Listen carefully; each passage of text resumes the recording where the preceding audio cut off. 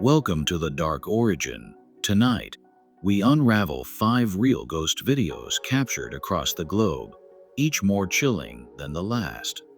In this 3-part journey, we begin with an old, abandoned mill in rural England, where a group of urban explorers encountered something they were never meant to see.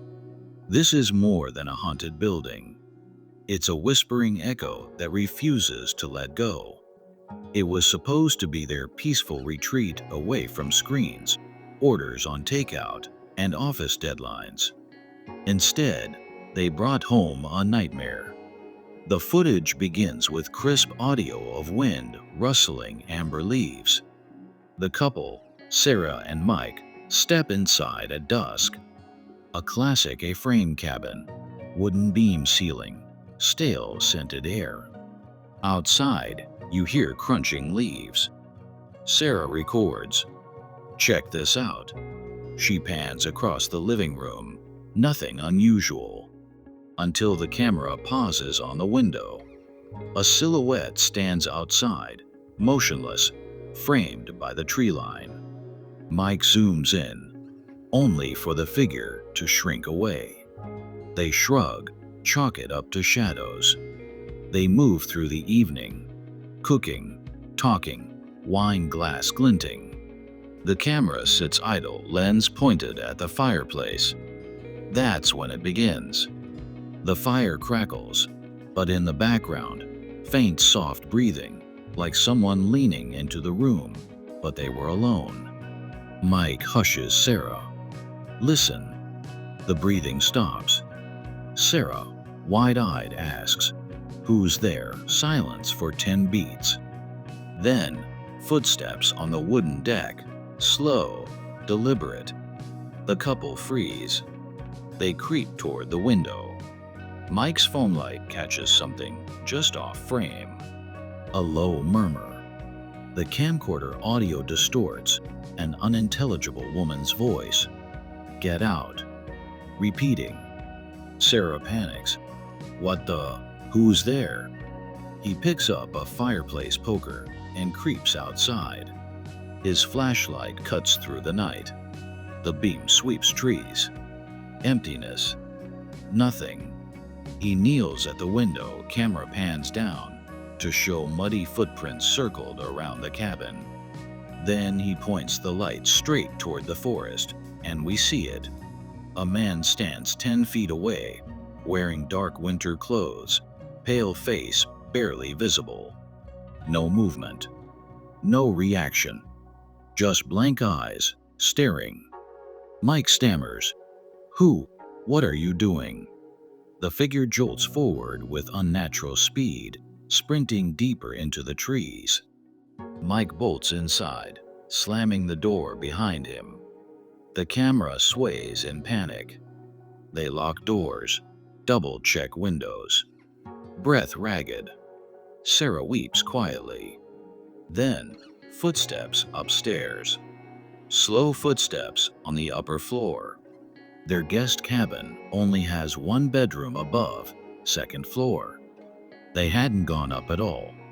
Mike quarantines both in the living area. A chair scrapes. The footsteps stop directly above them. The camcorder lens shifts. Beam flickers on the staircase. A dark head pops into view, only a sliver of gray hair visible, then vanishes. Sarah screams. Mike grabs the camera, runs outside into the freezing air. No jackets, no shoes, nothing. The camcorder wobbles on the snow-dusted porch. The wind howls as he runs.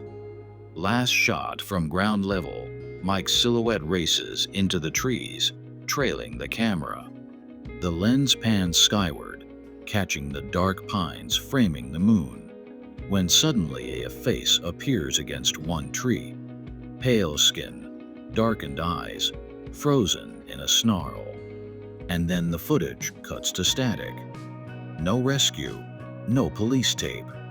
Just endless speculation over who or what they unknowingly harbored in that cabin. It was meant to be a perfect dream wedding in rural Ireland.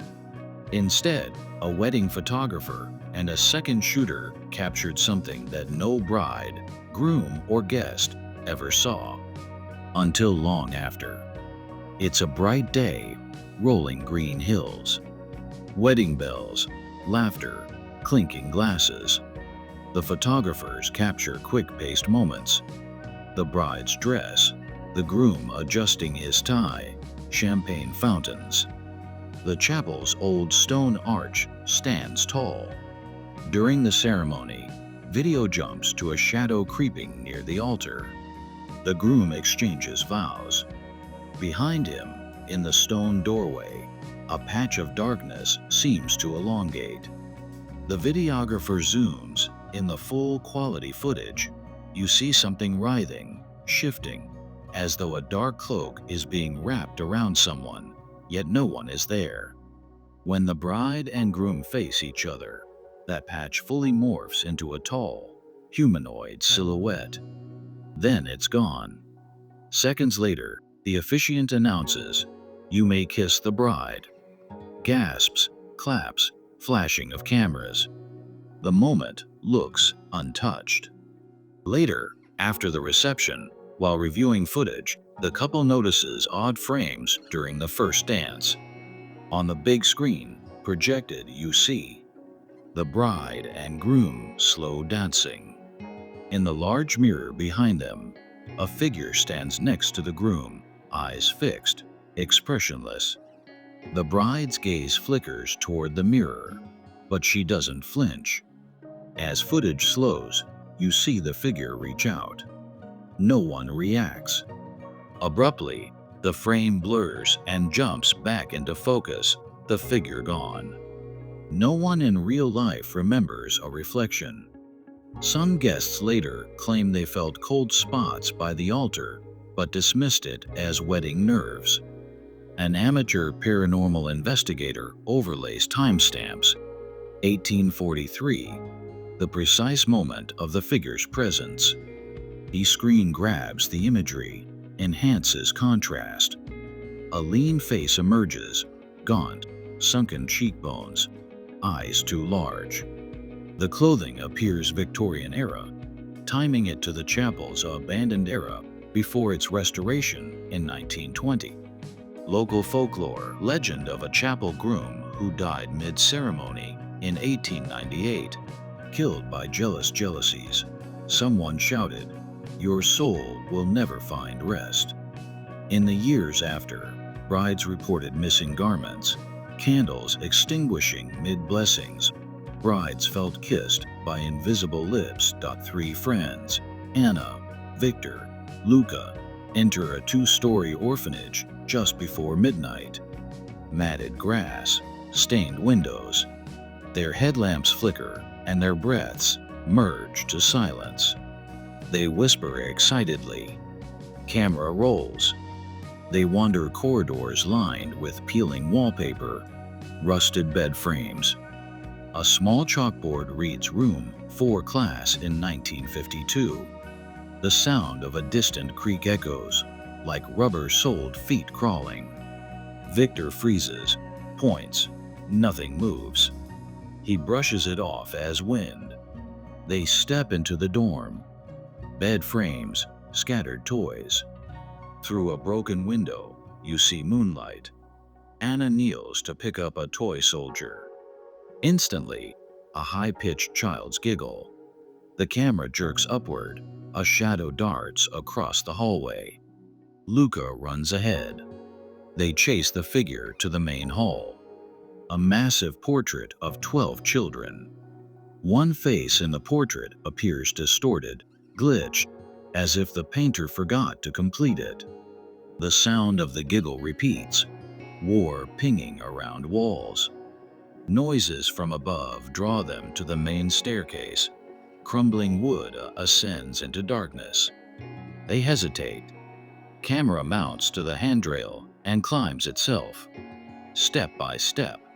Creak, creak, then a child sobbing. Somewhere beyond the camera reaches a landing. Lights flicker upon a small room filled with vintage cradles. Anna gasps. A silhouette of a boy sits still, facing away. As they step forward, a battered teddy drops in slow motion from top bunk. They shine lights. The figure is gone.